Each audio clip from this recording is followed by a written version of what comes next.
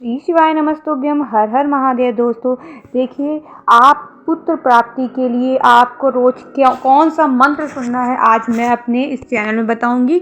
और अगर आप प्रेग्नेंट हैं तो प्रेग्नेंट होने से पहले भगवान आपको ये 10 संकेत देते हैं जो आपको हमेशा याद रखना है। कि जैसे कोई कोई महिलाएं होती हैं जो प्रेग्नेंट, उनको समझ में नहीं आता है, प्रेगनेंसी आई ठहर गई चली गई, क्या है क्या नहीं है। तो वो सारे उपाय आज मैं आपको बताऊंगी और एक नया आज उपाय नया मंत्र बताने जा रही हूँ जो पुत्र प्राप्ति के लिए ज़रूर आपको ये मंत्र करना है। देखिए, अगर आप नए हैं तो मेरे चैनल को प्लीज़ लाइक शेयर सब्सक्राइब करना मत भूलिएगा। यहाँ मैं भी जो उपाय संतान के लिए हो सकता है, जितना से जितना उपाय हो सकता है, हम आपको बताने का पूरा प्रयास करेंगे तो आप अंत तक ज़रूर बने रहें। देखिए, आज हम आपको बताने जा रहे हैं संतान प्राप्ति के लिए कुछ 10 संकेत जो भगवान आपको पहले से देते हैं। आपको कैसे पता चलेगा कि आपके गर्भ में बच्चा पल रहा है, क्या है क्या नहीं। देखिए, मान लीजिए जिस महीने आपको गर्भाधारण है, मतलब गर्भ होने वाला है, उस महीने आपको सपने में छोटे छोटे से बच्चे दिखाई देंगे और उन बच्चों को आप बहुत प्यार से खिला रही होंगी, अपनी गोद में रख रही होंगी, ये आपको दिखाई देगा। अगर आप सपने में कोई भी फल देखते हैं तो ये भी आपका शुभ संकेत है। या किसी भी आप देवता का दर्शन करते हैं, कृष्ण भगवान का दर्शन करते हैं, शिव भगवान का, कोई भी देवता का दर्शन करते हैं तो ये भी शुभ संकेत देता है। यदि आप किसी भी पुष्प तोड़ रहे हैं या पुष्प को अपनी टोकरी में रख रहे हैं तो ये भी आपका शुभ संकेत देता है।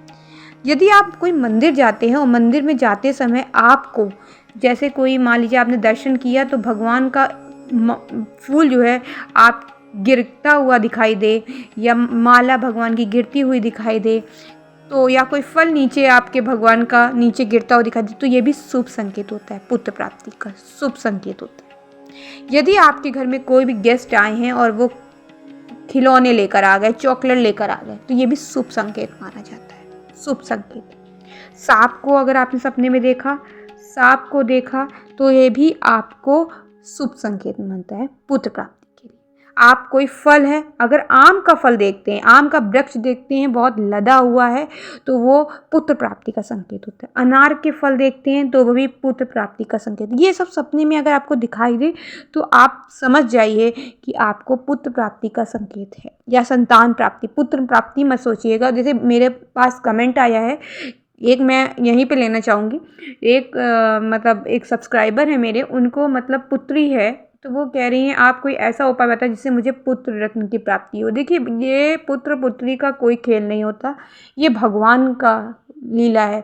जो भी भगवान दे दे उससे आप स्वीकार कर लीजिए। आपको ये कहो भगवान ने पुत्री दे दी, किसी किसी को तो दोनों चीज़ नहीं दे रहे, वो कितना परेशान है।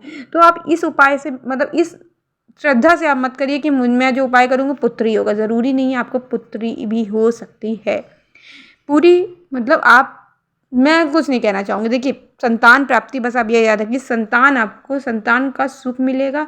आपको सुनना नहीं पड़ेगा किसी कि इनका कुछ नहीं हो रहा है, ये नहीं सुनना पड़ेगा मेरे पास।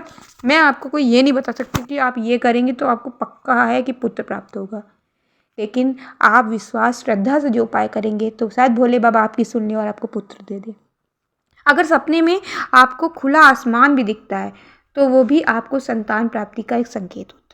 तो ये सब संकेत अगर आपको दिख रहे हैं आपके सपने में तो आपको संतान प्राप्ति का, मतलब संतान आपको होगी। चलिए, आज मैं आपको बताने जा रही हूँ नई चीज़ जो है पुत्र प्राप्ति के लिए आपको रोज़ ये सुनना चाहिए 108 बार, संतान गोपाल मंत्र जिसे हम लोग कहते हैं। चलिए देखते हैं। देखिए, संतान गोपाल मंत्र पुत्र प्राप्ति के लिए जरूर सुने। को क्या है मैं एक बार पढ़ के बता देती हूँ। ओम देव की सुत गोविंद वासुदेव जगतपते देहि में तन्यम कृष्ण त्वामहं शरणं गतः। ये आप 108 बार संतान गोपाल मंत्र का स्मरण करिए, पाठ करिए। पाठ क्या मतलब ऐसे बोल के, मेरा ऐसे खोल के पढ़िए। अगर आप कहेंगे, कमेंट करेंगे तो मैं 108 का वीडियो बना दूंगी, 108 का मैं वीडियो बना दूंगी कि मतलब बोलते हुए, ताकि आप अपने फ़ोन को ऐसे चला लें और अपना काम करते रहें और आप ये सुनते रहें। अगर लड्डू गोपाल चाहेंगे, कृष्ण भगवान चाहेंगे, भोले बाबा चाहेंगे तो आपके घर में संतान की प्राप्ति भी देंगे, और जिसको पुत्र चाहिए तो उसे पुत्र की प्राप्ति भी देंगे। बस भोले बाबा को एक लोटा जल चढ़ाना मत भूलिएगा। और इस संतान गोपाल मंत्र का फिर से देख लीजिए, ओम देवकी सुत गोविंद वासुदेव जगतपते देहि में तन्यम कृष्ण त्वामहम शरणम गता। और ये स्त्रोत, इस मंत्र का आप 108 बार उच्चारण करिए। और मैंने संतान प्राप्ति का सफ़ेद आंकड़े की जड़ है, बहुत सारे वीडियो डाले हैं, आप उसी लाइन से देखिए। जो भी आपको उपाय करने हैं, जो उपाय आपको समझ में नहीं आ रहा है तो आप कमेंट करके पूछ सकते हैं। श्री शिवाय नमस्तुभ्यम।